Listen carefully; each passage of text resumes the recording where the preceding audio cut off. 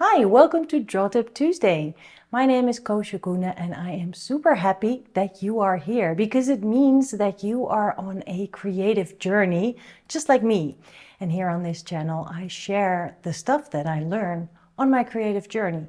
And every now and then I get a question from you guys, and today I am addressing one of those questions. Or actually it was a request to please share my very first sketchbook and no cheating. So, challenge accepted. I went through the shelves of sketchbooks that I have, and very deep down and far at the end, I found a bunch of sketchbooks actually that represent the start of my sketchbook journey, because I didn't work in sketchbooks that much in the beginning, but today I will show you a sketchbook that really is from the very beginning. It is cringeworthy, I think. We will see. I have selected a few more, which is only for the eyes of my Patreons. So if you want to see more than today's sketchbook, then sign up for my Patreon page. There are different tiers that you can sign up for, and you are supporting me to keep making these videos on YouTube for free if you do so. But even more importantly, I will keep you going on your creative journey, and I will do my best to keep inspiring you. So head on over to Patreon to join me there. Without further ado, I'm not going to be embarrassed. I'm just going to give you full disclosure, my first sketchbook.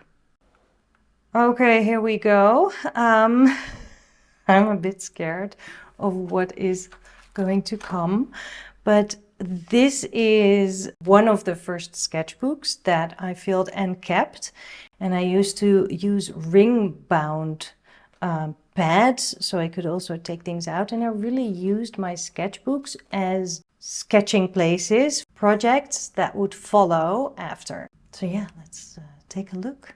When I started sketchbooking, I didn't use sketchbooks the way I use them now, because I liked drawing characters and stuff.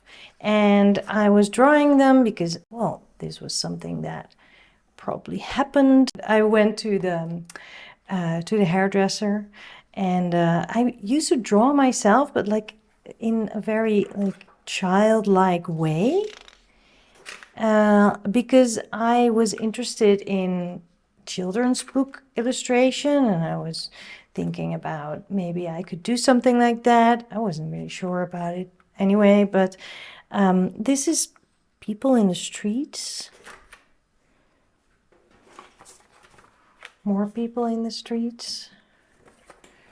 So this is on vacation in Düsseldorf. So this is on location. See, I was always seeing like characters around me and trying to capture that. I would also take notes. People in the streets. And it's very scratchy. I wasn't as confident yet. And so I would draw from observation. And I wouldn't draw scenes yet. I was just really studying people and postures and trying to capture like features. But I would also draw from my imagination, and drawing people from observation would help me to draw postures. So obviously I was driving and I was on a train, I don't know. Things happened. Faces. Oh yeah, and this is the kind of thing that I really like doing. Hatching, just coming up with fun little scenes that could be part of, something like a story. More of that. And we're talking, I think this is 2008 or 2009. It isn't dated, but yeah, looking at what follows, I think this is 2008. Laughing out loud, I guess this happened. Yeah, so these are like memories, going out for dinner with friends, and then the memory is that we were all clinking our glasses. I don't know what this is. I think just really coming up with characters. Might be based on someone's kid. Oh, I love this little character. And then sometimes I would also make cards out of it and sell them on Etsy.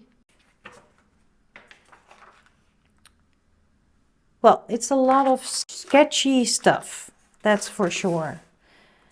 Here's something, a little bit of a sketch, and then worked it out. And I don't love seeing this, to be honest, but I do also know that this, you know, brought me where I am right now. I was in a very dull job. Can you tell? And I really, really loved drawing, so I also drew myself drawing.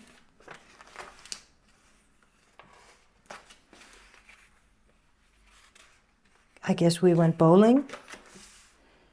I'm not sure what this is, but I'm just experimenting a lot, which is nice.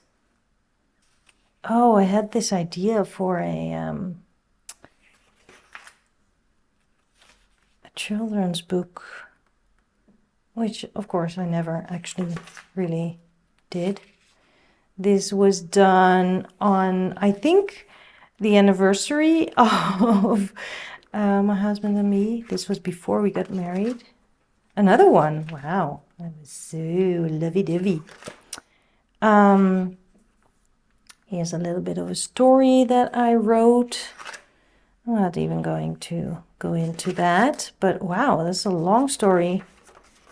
Oh, right. And this is actually also the start of Millie's Marvelous Monsters, which is a story that I created for the Sketchbook project, which now doesn't exist anymore.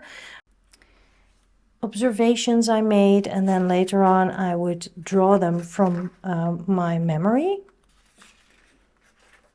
This I don't know. Oh yes, I loved knitting as well, so I was into all these different endeavors, and you can see how I was sketching, and then doing a final piece.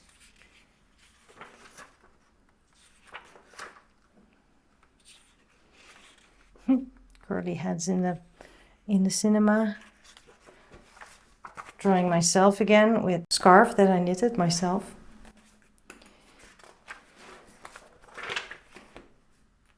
More knitting.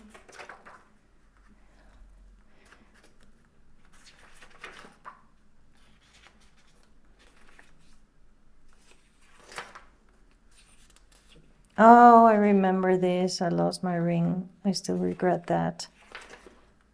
Oh, again. So I sketched, and then I would do a final drawing, which still to me looks like a sketch.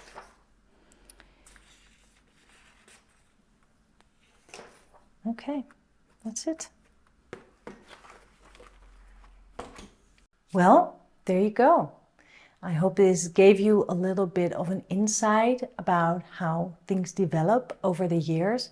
And this sketchbook, I used it, but I would also work on other kinds of projects. I remember that at the time I really loved making very intricate photorealistic drawings as well, but I didn't do that in sketchbooks. I used loose paper for that.